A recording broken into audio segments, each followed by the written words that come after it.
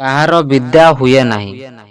ଘରେ ବସି ନାନା କଥା ଯେଉ ଶୁଣୁଥାଏ।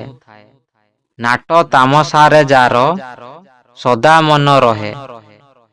ଭୋଜି ଭାତ ଖାଇବାକୁ ଲାଳସା ଯାହାର, ବନ୍ଧୁ ବାନ୍ଧବଙ୍କ ଗୃହେ ବୁଲେ ନିରନ୍ତର। ଗ୍ରାମ୍ୟ କଥା ଚିନ୍ତା କରି ଅଳହେ ଯେ ପଶେ, ଯାତ୍ରା ସୁଆଙ୍ଗରେ ଯେ ଶରଦାରେ ମିଶେ।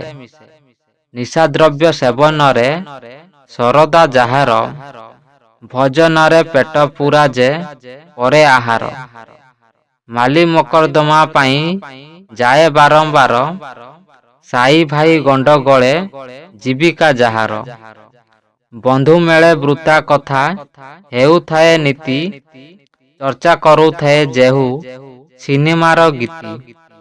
ଫେସନ ପୋଷାକ ବେଶ ଧିଆନ ଯାହାର, ବୁଲୁଥାଏ ସହପାଠୀ ମାନଙ୍କର ଘର।